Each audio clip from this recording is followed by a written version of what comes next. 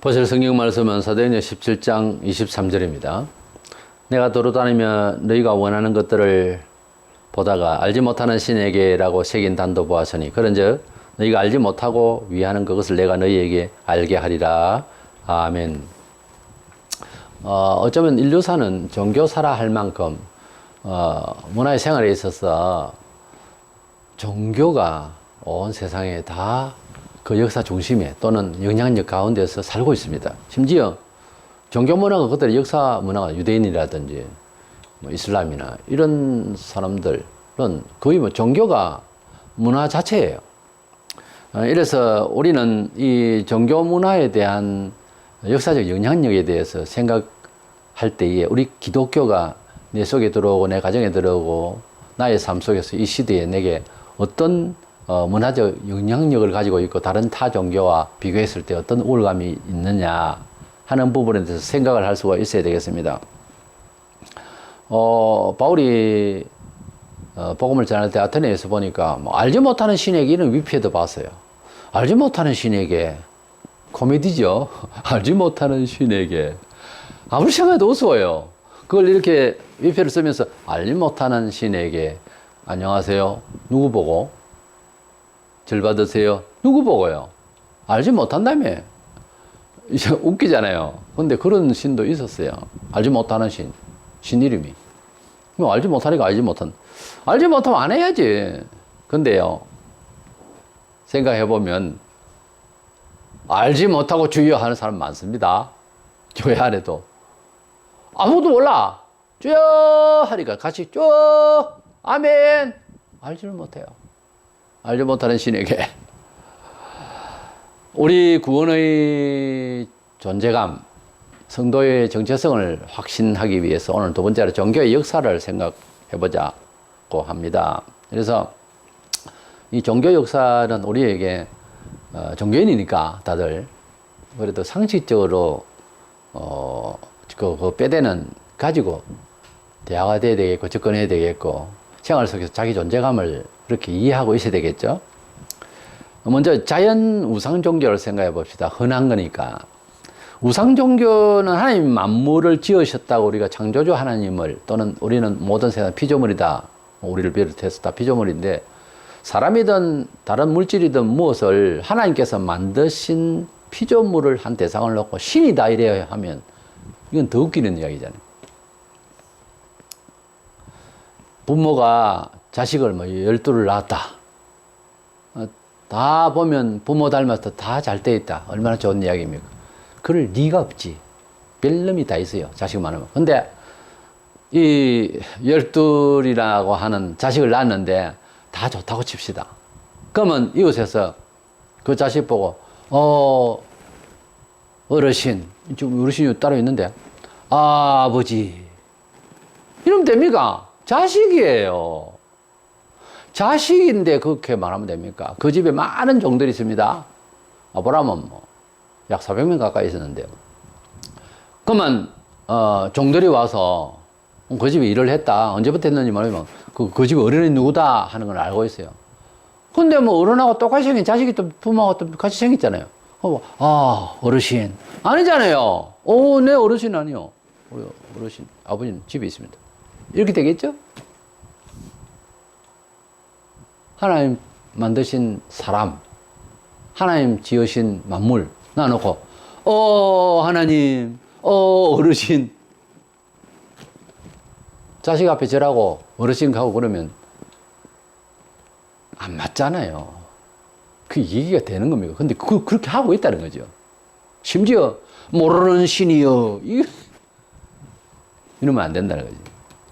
근데 그 우상을 놓고 신이여 하는 것은 내가 비유컨대 그렇다는 겁니다.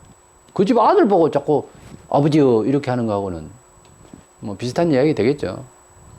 그래서 우리는 심지어 그 어른을 감사하고 싹스를 받고 살아야 되겠는데 종이 어른이 만들어 놓은 지게와 낫과 어른이 기술력이 있어서 이런 걸 만들어 놨는데 낫을 보고 신이여 이러고 있으면 그 종 나 같으면 안 씁니다. 정신이 그래가지고 무슨 일을 하겠어요. 근데 우리가 하나님 앞에 그러고 있다는 거죠, 지금. 그러고 있다는 거죠. 이런 우상을 믿는 이런 하나님이 만드신 것들을 하나님이라고 생각하는 이 얼토당토 안 하는 일이 어디서부터 나왔느냐? 태초에 아담과 하와가 하나님께서 금하신 동산 조항에 있는 실과를 먹고 하는데 두려움이 엄습했어요. 그러니까 하나님 법을 벗어나니까 두려움이 왔어요. 그래서 이 두려움을 해결하고자 하는 것이 문화잖아요. 어디에 숨은 거예요. 동산 나무 뒤에. 창세기 3장 8절에 그들이 그날 바람이 불 때 동산에 거니시는 여호와 하나님의 소리를 듣고 아담과 그의 아내가 여호와 하나님의 낯을 피하여 동산 나무 사이에 숨은지라. 동산 나무 사이에 숨었다는 말은 이 자연 만물을 의지하고 하나님 형벌을 피해 보겠다는 거 아니겠어요? 웃기죠? 하나님께서 지으셨는데 하나님께서 만물을 마음대로 역사하세요. 빛과 어둠도 역사하세요. 근데 그 길을 피하면 어떻게 돼요? 하나님께 나와서 솔직히 잘못됐습니다. 이래 해야 되는데 자연을 피한다는 것은 하나님의 소유에 거기서 뭐 피해가지고 어떻게 하겠다는 건데 이런 멍청한 생각이 지금 우상을 숭배하는 사람들의 생각이다 그 말이에요. 교회를 다녀도요. 물론 이사를 가서 교회를 찾다 가는 수도 있지만 큰 예배당에 가면은 내 구원이 안전한갑다. 그게 동산 나무 사이에 숨는 거하고 똑같은 이야기입니다. 똑같은 이야기예요. 가톨릭에도 보면은 신비적인 걸 가지고 사람을 휘감는데 그 성당이 굉장히 우람하게 지어져요. 그럼 거기 가면 뭔가 좀 신적 감각이 오고 뭐 뭔가 좀 엄습해오는 뭐가 있어요. 거기 뭐 들어가서 이제 회원이 되면 뭐가 있는가 보다. 이런 걸 발동합니다. 지금 개신교라는 기독교 안에서도 마찬가지예요. 예배당 엄청 잘 지어놓고 완전히 사람을 뭐 우대하는 그치 사람 오면 막 환영하고 뭐 여러 사람이 일어나서 박수하고 이러니까 뭐 된 줄 아는데 아니요. 죽을 때 혼자 가듯이 구원받으러 처음 들어올 때도 홀로입니다. 내 양심이 홀로예요. 내가 하나님을 어디서 만나는 것은 여러 사람들의 이야기는 환영은 하나도 그게 소용없어요. 되는 것 같아도 아니에요. 그럴 것 같으면은 뭐 전국적으로 돈을 다 같이 해가지고 서울 한복판에 다 예배당을 갖다 한 30만 평 정도 예배당짜리를 짓고 사람 한 목에 다 넣어버리면 구원 다 받겠네요. 아니에요. 우상을 신으로 믿는 종교적 행위나 자연을 의지하는 거나 어떤 문화적 요소에서 구원이 있겠다라고 생각을 혹시 한다면 아니 그렇게 하고 있지 보면 그것은 우상을 섬기는 것과 똑같은 이야기예요. 자연 종교다 이거. 태초 아담과 하와가 하나님을 반역했을 때 말씀을 벗어났을 때 불안 요소를 해소한답시고 하는 게 자연을 의존한 거예요. 하박국 2장 18절에 새긴 우상은 그 새겨 만든 자에게 무엇이 유익하겠느냐. 부어 만든 우상은 거짓 스승이라. 만든 자가 이 말하지 못하는 우상을 의지하니 무엇이 유익하겠느냐. 그때나 지금이나 우상을 만들었어. 절하고 말도 못하는 그 우상에게 뭘 어떻게 하겠다는 거예요. 말하는 사람이 이런 우상 종교는 문화적 어떤 안보감, 예배당 큰 데 가면 괜찮겠다든지 큰 집을 가지고 있으면 축복이라든지 이런 쪽으로 가는 사람들이 자연 숭배 사상과 동일한 사고방식이 있다. 그것은 구원 얻고 은총받을 질적 생각이 아니라는 거죠. 두 번째로는 윤리적 종교가 거진 또 있죠. 그래서 우상 종교와 윤리 종교를 또 신비주의도 있습니다만 윤리 종교를 또 생각하게 되는데 사람은 동물과 달라서 윤리 의식이 있어요. 그래서 신에게 나아갈 때는 뭔가 적합한 언행이 있어야 되지 않겠는가 또는 어떤 규칙이 있지 않을까 이런 생각을 하게 돼요. 왜냐하면 적어도 종교라고 하면은 속죄 이런 생각을 먼저 해요. 구원, 내세. 일단은 뭐 종교에 대한 보편적인 생각들 그렇습니다. 그 중에서 가장 걸리는 것이 어떻게 착하게 살아야 되고 어떻게 살아야 되는가에 대한 궁금증이 발동하게 되는 거죠. 종교적 윤리성, 소위. 그것이 이제 생기는 거예요. 어느 시대는 어느 나라에는 다 있어요, 이게. 유대인들도 예수님께 그랬어요. 요한복음 6장 28, 9절에 그들이 묻되 우리가 어떻게 하여야 하나님의 일을 하오리까? 예수께서 대답하여 이르시되 하나님께서 보내신 일을 믿는 것이 하나님의 일이니라. 이렇게 말씀하셨습니다. 유대인들도 윤리적인 그런 생각을 했어요. 우리가 어떻게 하나님 앞에서 일을 해야 하나님 좋아하겠냐 이거죠. 구원받겠냐 이거죠. 그게 묻기를 그래 물었는데 이걸 이 구절에는 그런 말이 없지만 다른 말을 삽입한다면은 부담이 없이 삽입한다면 이런 말입니다. 예수께서 가라사대 너희들한테는 착한 거 없다. 다른 성경에 있는 말들입니다. 그러니 하나님께서 날들어 세상에 보내서 우리 죄를 위하여 죽으라 했으니 나를 믿는 게 하나님이 원하는 일이다. 이 말입니다. 이거를 이렇게 귀한 축복된 이 메시지를 알아듣기까지는 수십 년이 걸리는 사람도 있어요. 무슨 말인지를. 왜냐하면 윤리의식으로 딱 하면 매사에 윤리를 판단하는 거예요. 자기도 모르는 새야. 못 배운 사람은 그런 것도 없지만 배운 사람은 돼요. 그리고 유교 사상에 지배하고 잘 때부터 많이 내리에 깔려 있는 사람은 더 해요. 중요한 거는 자기도 모르고 그러고 있다는 거죠. 그 생각을 가지고 계속 있으면요, 소위 말하는 은혜받기 어려워요. 하나님의 은혜는 어떤 건가 하면은 택도 아닌데 구원받았다 이게요. 이스라엘 백성들이 나라가 괜찮고 사람이 괜찮아서 구원받았습니까? 아니에요. 백성이 수효가 많아서 괜찮아서 내가 백성을 삼은 거 아니라고 그랬어요. 그러니까 이방인 중에도 우리가 구원을 받는다 또는 계속 은혜를 받아야 되겠다 하는 입장을 생각할 때는 우리에게 무슨 근거를 생각하지 않아야 되는데 우리도 모르게 우리가 가지고 있는 지식과 우리가 가지고 있는 판단 기준들이 작용을 자꾸 해요. 말씀을 듣는데 그게 가려져 있다고. 햇빛을 확 받아야 되는데 햇빛이 은혜 아닙니까? 안 주면 그만이죠. 햇빛을 받아야 할 사람이고 또 받아야 되는데 자꾸 뭘 가려요 이렇게. 그러면 뭐가 빛은 환하게 들어야 되는데 지금 원하는 거는 자꾸 가려요. 나도 모르게. 습관이. 습관 무시하지 못합니다. 어떤 목사가 권투 선수였어요. 강조할 때마다 주먹이 나온다는 거예요. 그냥 강조하고 그렇지 않습니까? 이렇게 자꾸 된다는 거예요. 본인이 그럽디다. 제가 아는 목사님. 습관이에요. 이거 인격하고는 별개입니다. 뭐 우리는 비판을 하거나 핀자를 들으면 인격적으로 뭐 이런 거 아니에요. 사람은 인격적으로 좋아야 된다 하는 것도 가식이에요. 인격이 아니에요. 제가 속어를 써서 미안합니다만 사람의 인격은 개판입니다. 안 그런데 교양이 전부 거칠입니다. 딱하니 자기를 나타낼 때는요 본성이 나와요. 인격은 무슨 인격은 상대방에 대한 가면이에요. 솔직히 말하면 인격 가지고 구원받는 거 아닙니다. 인격 대 인격자로서 인격적인 이야기를 한다. 한계가 있어요. 그것도. 어디까지가 양심이냐는 것은 두고 보세요. 인격, 품격, 그거요 중요하죠. 근데 한계가 딱 오면 그 인격이 다 날아가 버립니다. 비신하고 죽여요. 그게 사람입니다. 너무 인격 그러지 마세요. 책 좀 읽고 뭐 좀 배웠다고 나대지 마세요. 잘난 거 없습니다. 잘난 거 없습니다. 이상하게 생긴 사람 성형수술해가지고 있는 거하고 비슷합니다. 전부 가식입니다. 광대뼈가 좀 나온 사람, 턱이 없는 사람, 턱이 넓은 사람 다 처음에 나와서 그래서 고쳤다 칩시다. 시집장가 가면 애가 원래 내 모습 닮아 나와요. 성형된 거 안 나옵니다. 또 그는 또 성형해야 돼요. 지금 제가 드리는 말씀은 사람이 인격적으로 하나님께 나아갈 때 무엇을 해야 되겠습니까? 유대인들도 물었다니까.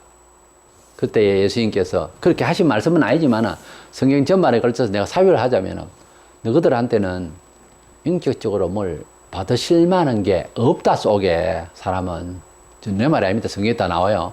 그러니 다 포기하고 포기가 아니고 없으니까 그리 알고 알아서 그냥 그렇게 알고 그렇다 하면 그런 줄 알라. 나중에 알 수도 있지만 모르고도 그럴 수 있다. 그러니 하나님께서 다 인생들에게 의를 받을 만한 거 없다는 걸 아시고 나를 보내서 내가 희생제물이 된다. 그러니 하나님 보내신 자를 믿는 게 하나님 일이다. 뭔 하나님 일을 너희들이 스스로 할 만한 게 있다고 생각하냐 그 말이에요. 이거 깨우치는 날은요 하루 점도록 펄떡펄떡 뛰면서 기뻐해야 됩니다. 아하, 사람이 배우고 사람이 무슨 종교적 행위를 하고 이게 아닌 거예요. 선행을 하고 어쩌 아닙니다. 덕을 쌓는다고 구원받는 게 아니에요. 제가 어제는 운동을 위해서 자전거를 하나 샀는데요. 뭐 값이 좀 싼 겁니다. 근데 어디 가나 오늘 전도를 하고 기회를 맞아서 해야 되잖아요. 제가 하나님 은혜를 받고 살아온 과정을 이야기를 하니까 덕을 많이 쌓은 것 같아. 덕을 쌓은 게 아니에요. 뭔 덕을 쌓아? 죄를 쌓았지라는 하나님 은혜다 하는 이야기를 실컷 했는데도 덕을 쌓은 내가 불교신자입니까? 그러니까 아닙니다. 저는 무교입니다. 그래요. 원래는 무교는 없는데 뭘 믿든 믿고 살고 있기 때문에요. 예. 그래서 나보고 하는 말, 난 참 은총을 받고 복을 받은 편이죠. 하니까 아이고 말씀 들어보니까 복이 아니라 복을 넘어서 있는 이야기입니다. 하면서 그렇게 자기가 감동을 하고 하는데 예수 믿으라고 그렇게 전했습니다. 우리는 덕을 쌓아가지고 뭐 되는 거 아니에요. 덕을 쌓기는 뭘 덕을 쌓아. 형편없는 게 사람이더만. 똥 차고 있어요. 사람이 똥을 차서. 흉악하게 사람이에요. 너나 나나 할 것 없이. 예수 안에서 감사하는 사람이 구원받고 예수 안에서 감사하며 사는 사람이 은혜를 받고 은혜로 되어집니다. 모든 게. 유대인들은 구약의 율법이 있죠. 동양에는 동양윤리가 있습니다. 다 이런 것들은 형식주의로 가고요. 다 형식입니다. 그에 맞춰서 인격적으로 뭐 어쩌네 저쩌네 하지만은 결국은 이게 다 파멸되고 없어집니다. 로마 3장 20절에 율법의 행위로 그의 앞에 어렵다 하심을 얻을 육체가 없나니 율법으로는 죄를 깨달음이니라. 이걸 우리에게 적용하자면 그냥 윤리 도덕은 사실 잘못한 것만 보이지 구원받을 방법이 없다 하는 거죠. 공자 같으면 벌써 구원받았겠네요. 나온모 목사라고 있습니다. 조영기 목사가 추앙했던 그 나온모에 나서 이단인데 공자도 구원받았다고 그랬어요. 그래 치면 저희 아버지도 안 믿고 돌아가셨습니다만 그렇게 악한 사람 아니었습니다. 그럼 구원받았겠네요. 할아버지는 더 인자하셨어요. 어느 집에 할아버지가 인자 안 하는 사람이 있었겠어요, 옛날에. 그래 생각할 것 같으면은 구원 다 받아야 됩니다, 사람은 비슷해요. 복이 나름이지. 우리 사람이 가지고 있는 모럴, 우리가 사람이 가지고 있는 그 문화, 우리가 사람이 가지고 있는 그런 종교성, 이런 것들로, 그런 행위와 그런 품위, 그런 걸로 구원받는 거 아니에요. 우리는 윤리적인 것을 가지고 지금도 잣대를 대면 안 됩니다. 구원받고 난 뒤에도 그렇게 잣대를 대면 안 됩니다. 더 하나님 백성 다음에 대한 견책은 있을지라도 그걸 구원하고 직결을 한다든지 막말을 한다든지 그 말만 실컷하고 만다든지 그러면 안 돼요. 복음이 이야기가 일단은 나와야 되는 거예요. 한국의 손보공 장로와 같이 사회주의 복음을 그렇게 윤리적인 것만 이야기하면 어쩝니까 장로가. 그건 아니에요.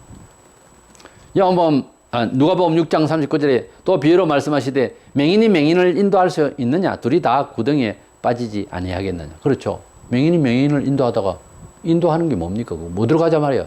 둘 다 맹인인데 사람을 보고 하는 말이에요. 유대인을 직접적으로 한 말씀이지만 이건 사람을 보고 하는 말이에요. 사람이 사람을 인도한다 안 되는 거예요. 목사가 교인을 인도한다는 말도 거기에 약간 문제점이 있는 말이에요. 하나님이 성령으로 인도해야 돼요. 말씀으로 인도해야 돼요. 사람이 사람을 인도한다? 사람이 사람을 선생으로서 일한다? 사람이 사람을 구원시킨다? 심지어 말도 안 되는 이야기예요. 말도 안 되는 이야기예요. 똥을 썰어내는데 화장실을 청소하던 빗자루를 가지고 썰어내야 됩니까? 말이 되는 거예요. 똥을 치워야 되겠는데 방금 화장실 청소하던 똥을 문질고 청소하던 빗자루 가지고 썰어야 되는 겁니까?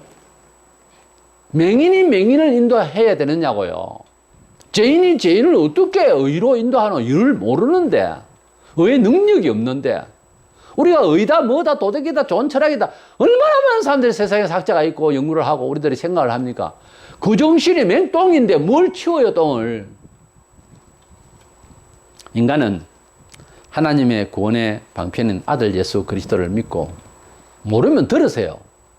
예수가 왜 죽었는지를 왜 십자가에 돌아갔었는지를 알기는 알고 좀 예수가 십자가에 죽으심을 기억하라고 하는 것이 개목걸이가 제 목에 달랑달랑 목걸이 하라고 한 것이 아니고요. 잘 신기도 못한 귀에다 깃밥에다 찔러가지고서 귀걸이라고 달랑달랑 달아 달고 당겨갖고 하는 그런 게 아니에요. 십자가를 볼 때는 단순히 한 사람의 갸륵한 죽음을 생각하는 것도 아니고 그것을 뭐 액세서리 하는 것도 아니고요. 우리가 얼마나 죄인인가. 얼마나 뭐가 그 너지가 없길래 성자 하나님이 돌아가셨는가. 그걸 생각하라는 거예요. 어디 귀에다 그거 달랑거리고 돌아다니고 목에다가 액세서리를 하고 그래 달고 주님을 더 감사하면 또 몰라. 그것도 아니야. 액세서리거든. 그럼 세 번째, 세계 종교 역사를 봐서도 잘 보세요. 스가는 예수 오시기 전 약 500년 전에 이 세상에 출현을 했어요. 스가모는 역사상 한 5, 600년 전에 출생했는데 예수님은 요한복음 8장 58절에 예수께서 이르실 때 진실로 진실로 너희에게 이르노니 아브라함이 나기 전부터 내가 있느니라고 그랬어요. 아브라함이 나기 전부터 하면 아브라함은 BC 예수 오시기 전에 2100년 전의 사람이에요. 그러니까 스가는 한 5, 600년 전의 사람이고요. BC 예수 오시기 전에. 그러면 스가가 더 오래됐다지만 예수가 아브라함 나기 전부터니까는 스가보다 약 1600년 전에 있었다 이 말이 존재론적으로. 아니 원래 영원전에 계셨지만은요. 그 말 아닙니까? 뭐 17장 5절에 아버지여 창세전에 내가 아버지와 함께 가졌던 영화로서 지금도 아버지와 함께 나를 영화롭게 하옵소서. 아버지여 창세전에 내가 아버지와 함께. 창세전부터 계셨다는 거죠. 예수님은 존재론적으로. 그게 무슨 말이냐? 예수의 영은 신성은 영원전부터 그러니까 예수라는 존재는 하나님의 아들로서의 존재는 영원전부터 아버지와 함께 계셨다. 육신적인 이야기를 하더라도 표현을 맞추면은 아브라함 나기 전부터 있었다라고 말씀을 하셨으니까 아브라함은 스가 오기 전 약 1600년 전입니다. 그러니까 누가 먼저 오래됐어요? 성경 잘 보면 예수님이 스가보다 훨씬 더 오래됐어요. 그것도 1600년 전에. 그 전에 아니 영원 전에.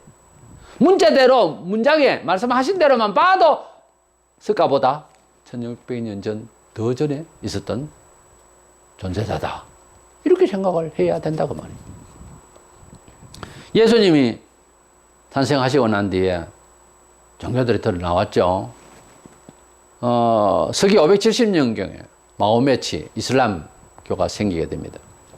그리고 1517년에 종교개혁이 일어나서 교회가 이제 소위 그 개신교, 기독교로 또 다시 환원되는 이런 종교개혁이 있게 되죠. 우리 예수님께서 오신 지 지금 2019년 됐습니다. 오늘의 현재 가운데서 있고요. 또 무서운 한 종교가 나타날 것인데 종말이 되면은 적그리스도가 나타나서 세계 사람들로부터 추앙받는 신이 될 것입니다. 신으로 대접받아요. 그는 자기가 신격화해서 온 우상을 자기 얼굴 닮은 우상을 온 세상에 깔아놓고 절하게 합니다. 그 신 아닙니까 바로. 북한에도 갔다 온 사람의 증언에 의하면은 사도신경에 보면은 신을 김일성으로 그렇게 표기하고 외우고 믿고 있습니다. 그렇기 때문에 정치적으로 이용하고 있는 거예요. 또 일제 때에 기독교가 매수당하듯이. 이래서 우리가 믿고 있는 기독교의 그 역사적 가치 어느 시점에 있는가 하는 것을 잘 봐야 됩니다. 우리 예수님은 스가 이전 1600년 전의 사람이요. 존재요. 아니 그 전에 영원 전의 사람이요. 그리고 예수께서 오셔서 마호메치 예수보다 한참 뒤죠. 여기는 또 오히려. 그래서 마호메치 570년경. 역사적으로 봐도 기독교는 우월하다.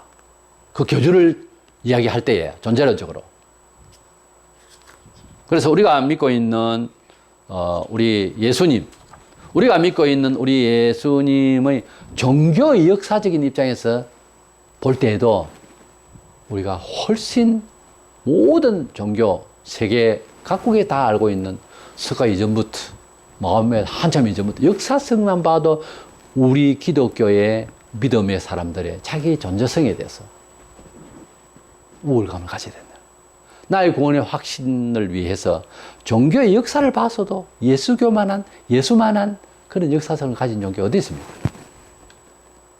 당당하게 기뻐하며 감사해야 될 줄로 믿고 우리 주님은 우리에게 이런 종교 역사를 내 인생에 시작했다는 것 너무너무 감격하면서 남은 세월 주를 위하여서 많이 힘쓰는 저와 여러분 되시기를 축원합니다.